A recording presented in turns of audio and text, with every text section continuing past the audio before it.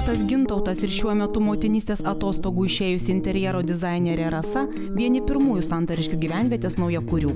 Pradėję dalyvauti Ekoservis ir Ekovizijos iniciatyvoje rūšiuoti paprastą, Gintautas su Rasa pasakoja, kad iki tol taip pat stengiasi nemesti antrinių žaliavų į bendrus konteinerius. Šiukšlės, kurias reiškia rūšiuodamas, išveždami iš namų automobiliais. Dabar turim galimybę, reiškia, rūšiuoti.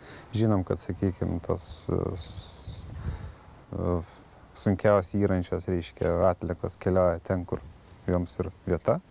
Ta prasme, ne kartu ten, sakykime, tos vartynus bendruosius, kur užkasam, ar ten tas procesas, kiek aš žinau, trunka labai ilgai ir įma, tai žodžiu, akivaizdu, kad šiuo atveju mes kaip ir gamtai padedam.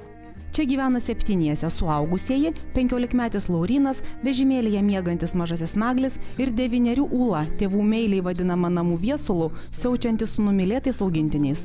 Nors alergišką šunį šeria košėmis, katinui maistą šeima perka plastikiniuose maišuose, tad gyvūnai įskaičiuojami į plastiko vartotojų gretas. Šis atliekų konteineris namuose pripildomas greičiausiai. Taip yra visose šeimose, rodo Ekoservis skaičiai. Iš kiekvieno namų ūkio iniciatyvos dalyvio kas mėnesį surenkami vidutiniškai 3 maišai išrūšiuoto plastiko. Jo, šiaip tai labai, sakykime, to plastiko vasaros metu.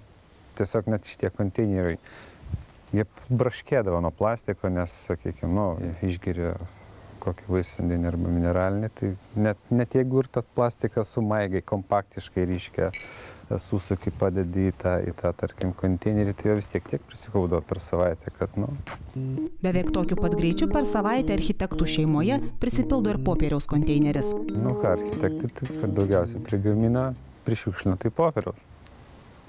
Ta prasme, tai, kaip viena sudedamoji dalis, sakykime.